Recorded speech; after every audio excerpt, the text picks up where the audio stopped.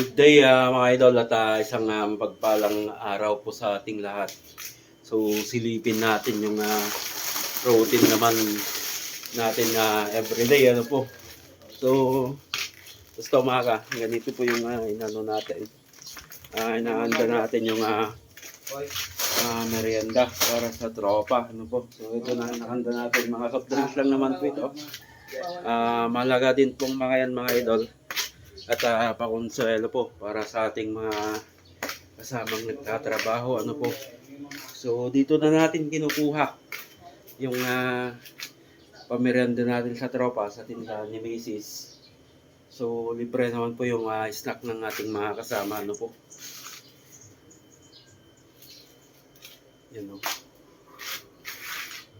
So itong isa mga idol is sa kabilang project ko ito. And then yung isa is sa kabila naman. Sige, sa kabuluan yan. Gatoy. Oo. Nagkita-tat tayo di asawa ni Manong Balita. Nay? Cellphone na ka. Ay. Ada isa. Kabuluan. So yung isa mga idol is papunta po ito sa kabilang project sa kabuluan. Doon tong isa ay dadalhin po namin. Salamat. So salamat po kami ngayon. Sa akin po ito lahat.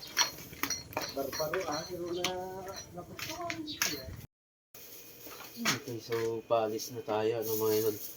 Nahanda lang natin yung baon natin ito. So yan. Siyempre, ano tayo malis, yung pampabenos ko muna. Okay. Bye-bye, my loves.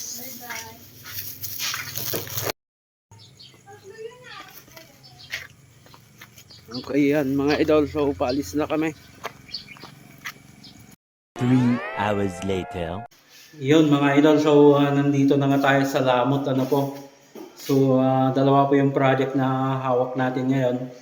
At sa magkaibang probinsya po naroon. So ang Lamot Ifugao po ay parte po ito ng Ifugao province.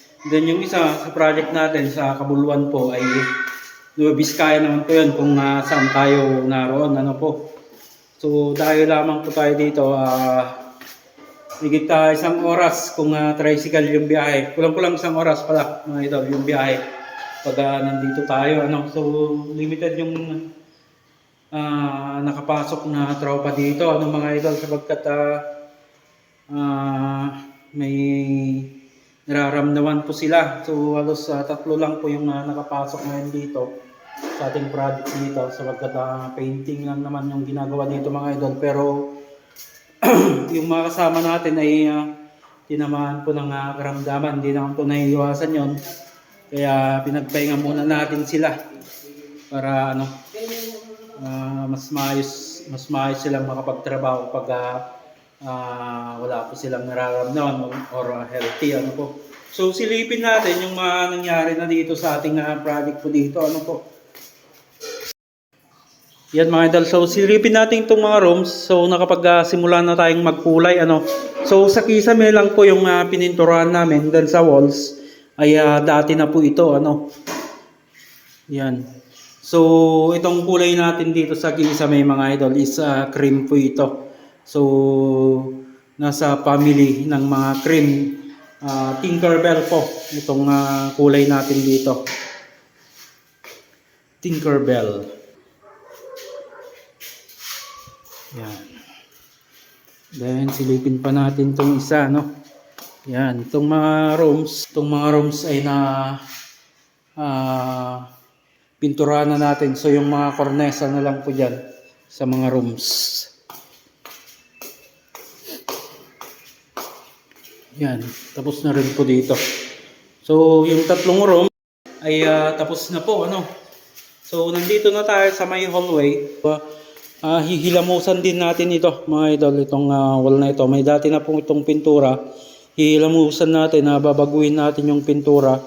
Itutulad po natin yung magiging pintura dito sa pinaka living area. Yan, no? So halos prepare na po lahat ito. Ready na for ready na para magkulay.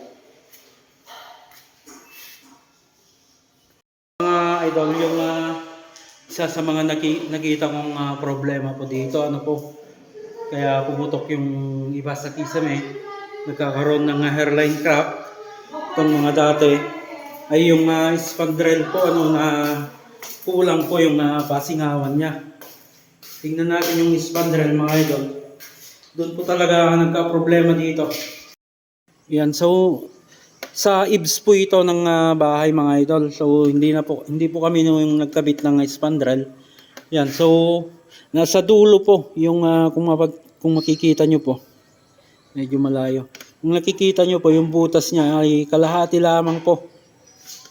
Dito sa malapit, mga idol. Yan lamang po yung butas ng ating spandrel sa buong left side elevation ng bahay. So sa buong left side elevation ng bahay, nasa dulo lang po yung isa, and then yung isa ay nandito, and then wala pang 20 cm yung lapad ng butas niya. So ito yung isa sa dahilan ng pagputok ng kisame, sa mga bikat niya. Sa pinakayukat ng kisame, kulang po ng pasingawan. O wala pong lalabasan yung init ng kisame. Maski po ito. So maski po sa right side elevation, sa harapan at sa likod, ganun din po. Limited lamang po yung butas ng spandrel. Okay, mga idol, silipin natin ng mas malapitan dito sa may spandrel, ano po. Okay, nandito tayo sa pinakaharapan ng bahay, ano po. So yung binigay na butas lamang po dito sa may spandrel ay ito. Yan, ganyan lang po kaliit, kaya wala pong sisingawan yung init ng ating kisame. So kung gagawin natin dito, mga idol, sa mga susunod na araw, hopefully by Thursday, nandito na yung mga installer natin. Papabutasan po natin ito. Hindi na tayo magpapabili ng panibago pang spandrel. So pabubutasan na lang natin ito ng kahit 10 mm na drill bit. So ayan lamang po. Medyo tinipid po yung butas. Yun, mga idol, at tapos na nga naman yung maghapong paggawa, ano po. Yun, mga idol, so nandito na tayo sa bahay, ano pala, yung biyahe namin is 40 minutes mula Ifugao Province hanggang dito. So may binili din tayong kay madam, ito, rambutan. Yan, so may rambutan din tayong binili. Binigyan na tayo ng discount ni madam. Yan, rambutan. Okay, nandito na tayo sa bahay, mga idol. At yung pampatanggal ng pagod. Ayun. Yan. At ayun nga, namamaga. Saan si Bebe Love? Si Bebe Love. Wala. Sa loob ng bahay. Okay, dito natin tatapusin yung video natin ngayong araw, mga idol. So asahan nyo pa yung mga susunod nating vlog ay magiging yung platform niya ay ganito na po. Sisimulan natin dito hanggang sa pag-uwi natin sa bahay. So shout out kay Silot. Hanggang dyan, mga idol, lagi po tayong mag-ingat at God bless po sa ating lahat.